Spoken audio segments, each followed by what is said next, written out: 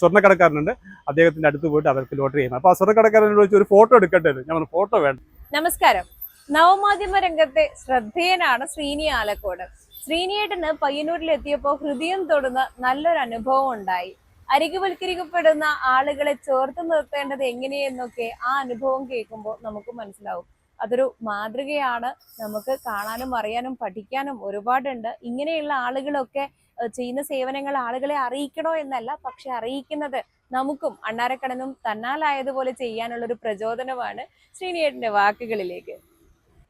ഞാൻ കഴിഞ്ഞ ദിവസം പയ്യന്നൂർ ടൗണിൽ വന്നതാണ്. ടൗണിൽ വന്ന സമയത്ത് ഈ ഫുട്പാത്തിൽ കൂടി നടക്കുന്നൊരു സ്വഭാവം എനിക്ക് നേരത്തെ ഉണ്ട്. അപ്പോൾ അങ്ങനെ നടക്കുന്ന സമയത്താണ് ഒരു അമ്മയും മോളും കൂടിയിട്ട് ഒരു ഫുട്പാത്തിൽ നിന്ന് ലോട്ടറി കച്ചവടം ചെയ്യുന്നത് കണ്ടത്. ഞാൻ അവരെ ശ്രദ്ധിച്ച് നേരെ മുന്നോട്ട് നീങ്ങി കഴിഞ്ഞ് കുറേ സമയം അവരെ വാച്ച് ചെയ്തു. എനിക്ക് വല്ലാത്ത വിഷമം തോന്നി. കാരണം എൻ്റെ ചെറിയ മോളുടെ പ്രായമുള്ള ആ കുട്ടി, നല്ല ഒരു സുന്ദരി കുട്ടി. അപ്പോൾ ഞാൻ തിരിച്ചു വന്നിട്ട് അടുത്തൊരു കടക്കാരനെ ചോദിച്ചു, ഇവർ മലയാളികളാണോ? ഇവർ മലയാളികളാണ്, ഇവിടെ അടുത്ത് വാടകയ്ക്ക് താമസിക്കുന്നതാണ്, പതിവായിട്ട് ഇവരെ കാണാം, വേറൊരു കുട്ടിയും കൂടി ഇവരെ കൂടെ ഇടയ്ക്ക് വരുന്നത് കാണാമെന്ന്. അപ്പോൾ നേരെ ഞാൻ അവരുടെ അടുത്ത് ചെന്നിട്ട് ആ അമ്മയോട് ചോദിച്ചു, നിങ്ങൾ ഈ കുട്ടിക്ക് സ്കൂളിൽ പോകണ്ടേ? കുട്ടിക്ക് സ്കൂളിൽ പോകുന്ന പ്രായമാണല്ലോ, അപ്പോൾ സ്കൂളിൽ പോയില്ലേ? ഇല്ല, സ്കൂളിൽ പോയില്ല, ആ കുട്ടിക്ക് പനിയാണ്, വേണമെങ്കിൽ ഇതാ പനി ഡോക്ടറെ കാണിച്ച പ്രിസ്ക്രിപ്ഷൻ എന്ന് പറഞ്ഞിട്ട് എൻ്റെ ഒരു കടലാസൊക്കെ തന്നു. ഞാൻ പറഞ്ഞു, ഞാൻ ചോദിച്ചതേ ഉള്ളൂ, എൻ്റെ പിന്നെ വീട്ടിലാക്കിയിട്ട് വന്നാൽ പോരെ എന്ന് ചോദിച്ചപ്പോൾ ഈ അമ്മയുടെ കണ്ണിൽ നിന്നും കണ്ണുനീർ ധാരധാരായി ഒഴുകുകയാണ്. എനിക്കത് വല്ലാത്ത വിഷമം തോന്നി. അപ്പോൾ ഞാൻ അവരോട് സംസാരിക്കുന്നത് കണ്ടിട്ട് കുറേ ആളുകൾ ചുറ്റും കൂടി, കാരണം ശ്രീനി ആലക്കോട് എന്താണ് അവരോട് സംസാരിക്കുന്നത് അറിയാൻ വേണ്ടിയിട്ടായിരിക്കാം. അങ്ങനെ കുറേ ആളുകൾ വന്ന് അത് ശരിയല്ല, കുട്ടീനെയും കൊണ്ട് ലോട്ടറി വിൽക്കുന്നത് ശരിയല്ല എന്നൊക്കെ പറഞ്ഞു. ഇവർക്ക് ആകെ നാണക്കേടായി. ഇവർ പറഞ്ഞു, നിങ്ങൾ എന്നെ ഇൻസൾട്ട് ചെയ്യുകയാണെന്നൊക്കെ ചോദിച്ചാൽ ആകെ അവരെന്തോ വല്ലാത്ത വിഷമത്തോടു കൂടി സംസാരിക്കാൻ തുടങ്ങി.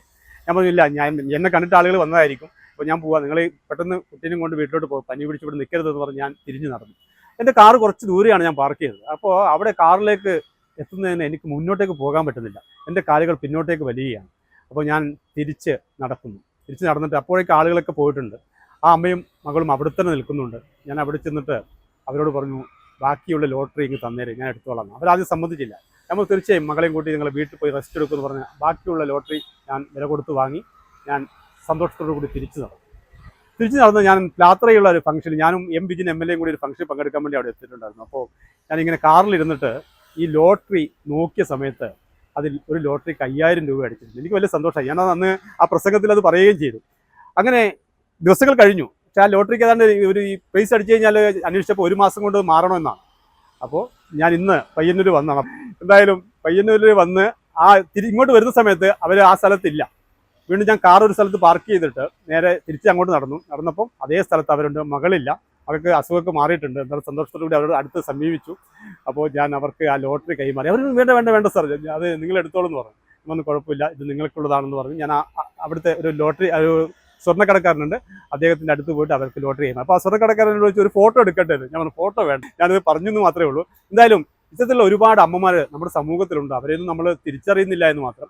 ഒരുപാട് പ്രാരാബ്ധങ്ങൾക്കിടയിൽ കൂടി സഞ്ചരിക്കുന്ന അമ്മമാർ, തൻ്റെ മക്കളെ വളർത്തി വലുതാക്കാൻ വേണ്ടി ഇത്ര രാപ്പകൽ അധ്വാനിക്കുന്ന അമ്മമാർ, അവർക്ക് ഭർത്താവ് മരിച്ചു, അമ്മ മരിച്ചു, ഒറ്റയ്ക്ക് വാടക വീട്ടിൽ താമസിക്കുന്ന ഇത്തരം ഒരുപാട് ജന്മങ്ങൾ നമ്മുടെ നാട്ടിലുണ്ട്. അവർക്ക് എന്നെ കൊണ്ട് ചെയ്യാൻ പറ്റുന്ന, അല്ലെങ്കിൽ നമ്മളെപ്പോലുള്ളവർ കൊണ്ട് ചെയ്യാൻ പറ്റുന്ന ഇതൊക്കെ ഉള്ളൂ. സാമ്പത്തികമായി മറ്റൊന്നും സഹായിക്കാനൊന്നും എനിക്ക് കഴിയില്ല. അതുകൊണ്ട് ഞാൻ ആ ലോട്ടറി അവർക്ക് കൈമാറിയെന്ന് മാത്രം. എന്തായാലും ഏറെ സന്തോഷത്തോടു കൂടിയാണ് ഞാൻ പയ്യന്നൂരിൽ നിന്നും തിരിച്ചു പോകുന്നത്. ഇത് ചിലപ്പോൾ ലോകത്തെ അറിയിക്കുമായിരിക്കും. എന്തായാലും ആയിക്കോട്ടെ, സന്തോഷം. ഇത് ആളുകൾ അറിയട്ടെ, ഇത്തരത്തിലുള്ള ആളുകൾക്ക് നമ്മുടെ ഇടയിൽ ജീവിക്കുന്നുണ്ട്. നന്ദി, നമസ്കാരം.